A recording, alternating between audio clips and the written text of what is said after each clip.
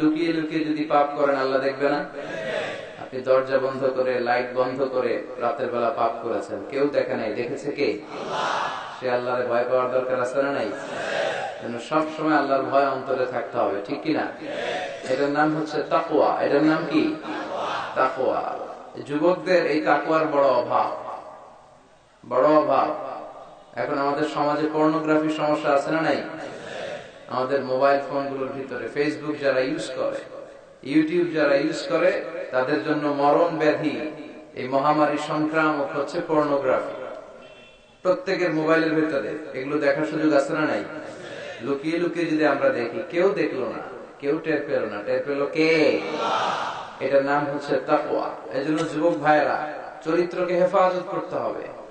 মোবাইলের ওয়েলকামিং নোটে লিখে রাখতে হবে, আল্লাহ ইজ ওয়াচিং মি, আল্লাহ সুবহানাহু ওয়া তাআলা ইজ অবজার্ভিং মি। আল্লাহ আমায় দেখছেন,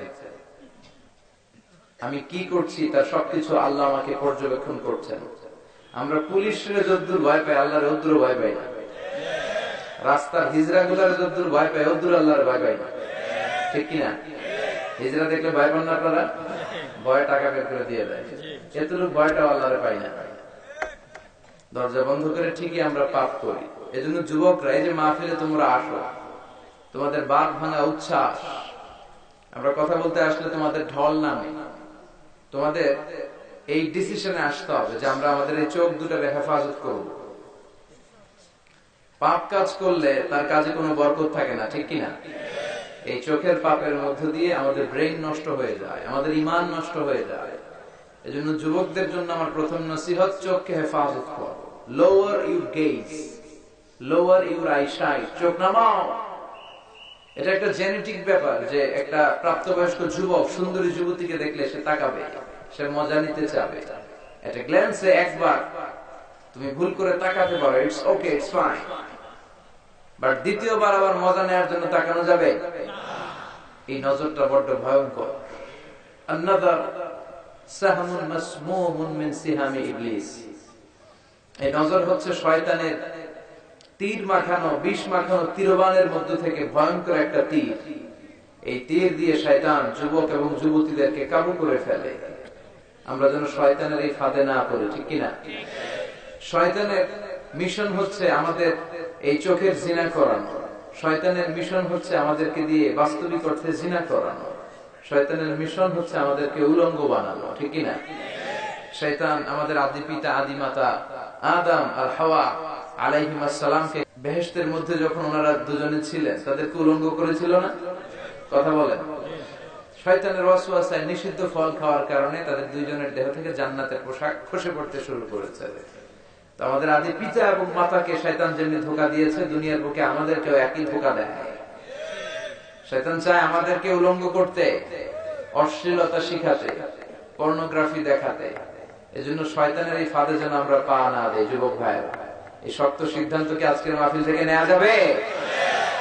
বিশ্বনবী ওনার মেয়ের জামাতা সাইয়েদনা আলী কারামাল্লাহু ওয়াজহাহু কে নসিহত করেছেন, ইয়া আলী লা তুতবি'ন নাযরাতান নাযরা, এক নজরের পরে আরেক নজর দিও না।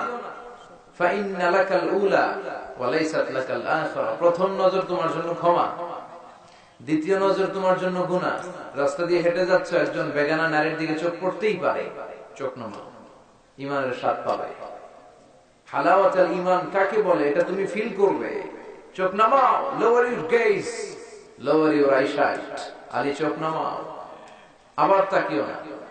প্রথমে যে ভুল করে তাকালে এটাকে ক্ষমা করবে কে? আবার নতুন করে তাকালে গুনাহ আছে না নাই? প্রথম নজর ক্ষমা, দ্বিতীয় নজর গুনাহ। অনেকে আবার কৌশল করে, বলে প্রথম নজর যেহেতু ক্ষমা, এক নজরে আধা ঘন্টা। আছে না নাই? কৌশল করতে যেও না। আল্লাহ সব কৌশলের বড় কৌশলী, ঠিক কিনা? ওনার ধরা বড্ড করা। ইন্না বাতশা রাব্বিকা, আল্লাহর পাকড়াও, আল্লাহর পানিশমেন্ট, আল্লাহর ধরা, আল্লাহর শাস্তি বড্ড ডেঞ্জারাস। তিনি সব সময় ধরে না, ধরলে ছাড়ে না। ধরে ধরে ধরে না, ধরলে আল্লাহ। নমরুদরে ধরে না, ফেরাউনরে ধরে না, আবু জাহেলরে ধরে না, কারুনরে ধরে না।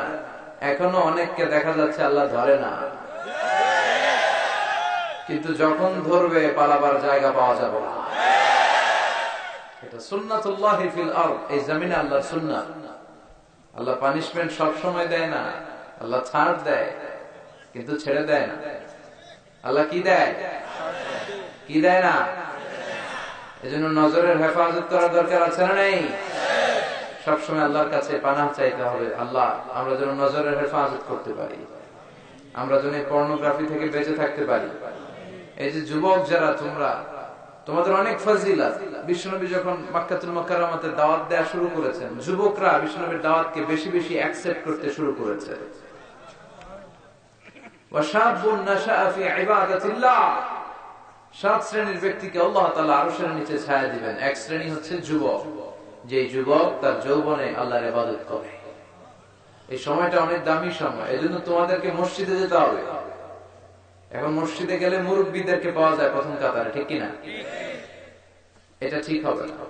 মসজিদে যেতে হবে, জামাতে সালাত আদায় করতে হবে। মাহফিলে যেমনি তোমরা প্রথম কাতারে, এই যে সব ইয়াংস্টার আজকে মসজিদে, ইয়াংস্টারদেরকে আসতে হবে। আমি ইয়াংস্টারদের পছন্দ করি। ইখলাসের পরিমাণ আমাদের বাড়াতে হবে, আল্লাহর কাছে চাইতে হবে, আল্লাহুম্মা রযুকনা ইখলাস, আল্লাহ তুমি আমাদেরকে ইখলাস দাও, আল্লাহ লৌকিকতা থেকে আমাদেরকে বাঁচাও। বিষ্ণু বললেন, আমি চলে যাব আর তোমাদের মাঝে যে জিনিসটা সবচেয়ে বেশি আমি ভয় পাই সেটা হচ্ছে আশিরকুল আসগার, ছোট শিরক। সাহাবীরা বলল, ও মা শিরকুল আসগার ইয়া রাসূলুল্লাহ, হে আল্লাহর রাসূল, শিরকে আসগার কি? বিষ্ণু বললেন, আর রিয়া, লোক দেখানো মানসিকতা। এটা বড় ভয়ঙ্কর। লোক দেখানো মানসিকতা আমাদের আছে না নাই? আপনি মানুষকে দেখানোর জন্য যদি কোনো কাজ করেন, আল্লাহ দরবারে কবুল হবে? কথা বলেন। এই ইখলাস অত্যন্ত জরুরি।